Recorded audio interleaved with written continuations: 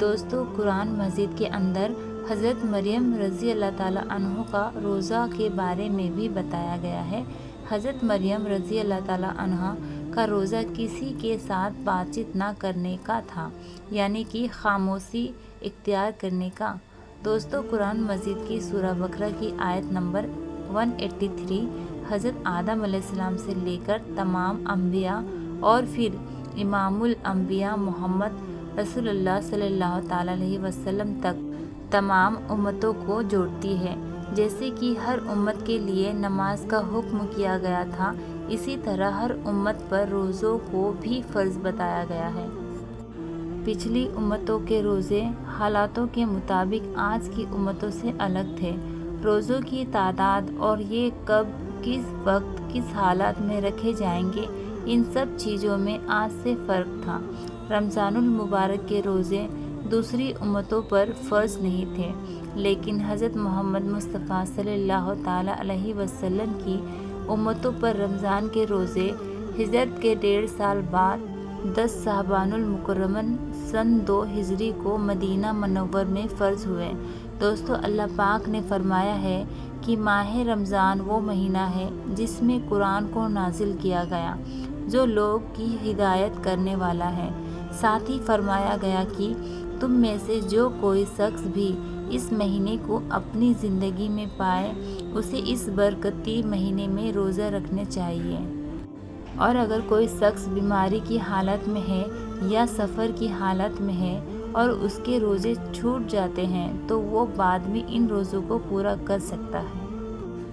دوستو اللہ پاک نے ہمیں ہر چیز میں آسانی دی ہے، اس کا ارادہ ہمارے ساتھ آسانی برتنے کا ہے، سختی کا نہیں۔ ہمیں ان مہینے میں روزہ رکھنی چاہیے، اور اگر کبھی کوئی روزہ کسی وجہ سے چھوٹ جاتا ہے تو اسے بعد میں پورا کر لینا چاہیے۔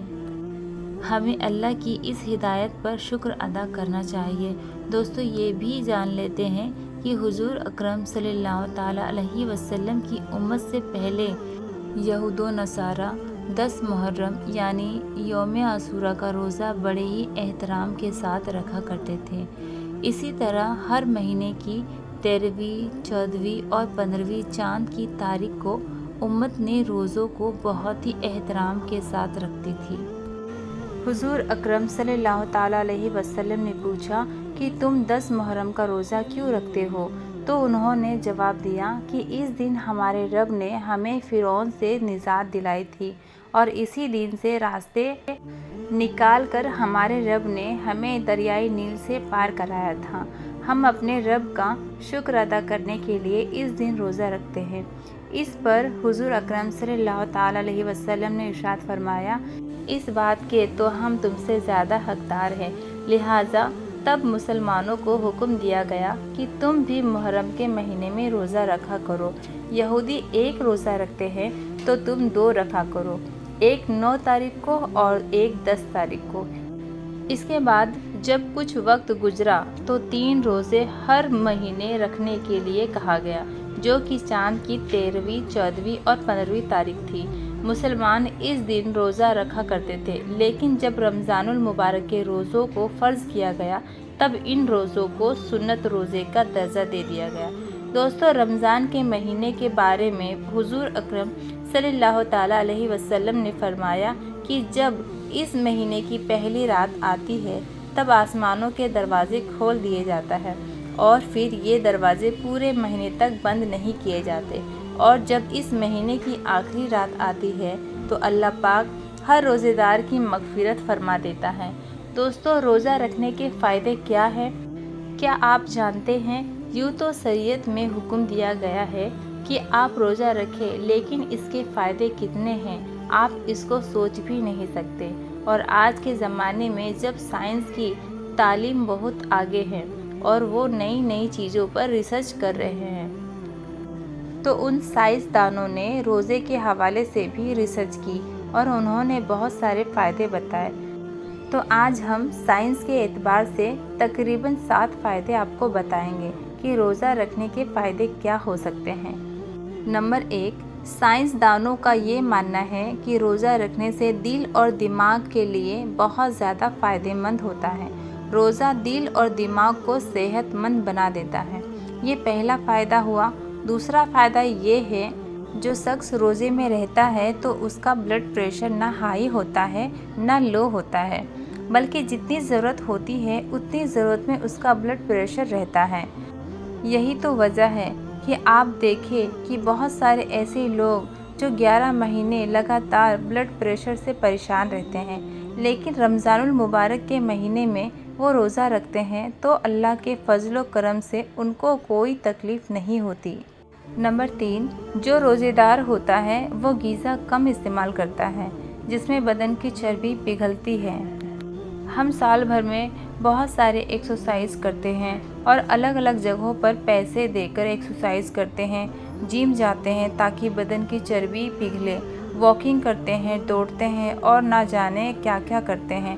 لیکن رمضان المبارک میں جب ہم روزہ سے ہوتے ہیں تو خود بخود ہمارے جسم سے یہ کام شروع ہو جاتا ہے کہ چربی پگھلنے لگتی ہے اور بنا ضرورت جو ہمارے شریر میں موٹاپا آ جاتا ہے وہ دھیرے دھیرے ختم ہونا شروع ہو جاتا ہے۔ نمبر 4، روزہ رکھنے والوں کے پٹھوں میں مضبوطی ہوتی ہے، یعنی کہ اس کا پٹھا اور بھی زیادہ مضبوط ہو جاتا ہے اور کسی بھی اعتبار سے اس کا پٹھا کمزور نہیں ہوتا بلکہ اور مضبوط ہو جاتا ہے۔